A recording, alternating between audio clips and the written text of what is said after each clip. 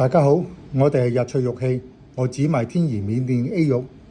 今日同大家做一個顏色比較，手揸呢個觀音紫玉，立體紫玉觀音。好多時啲客人喺網上邊問我哋鋪嘅觀音，佢見到有一個紫玉，佢就問我哋價錢。而我哋日翠玉器呢，我哋有好多款式、顏色嘅比較，可以俾客人選擇同埋選購嘅。而我哋點樣去分別個價錢嘅定價，又或者係一個比較咧，俾大家睇到個比較呢？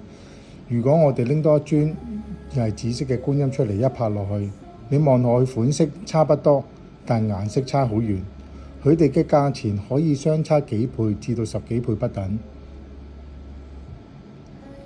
而途中我而家展示俾大家睇嘅呢兩尊觀音，佢嘅價錢已經相差咗差唔多接近2倍嘅價錢。所以如果大家有興趣嘅，可以向我哋查詢觀音或者其他貨品不同等級顏色分別嘅價錢同埋尺寸。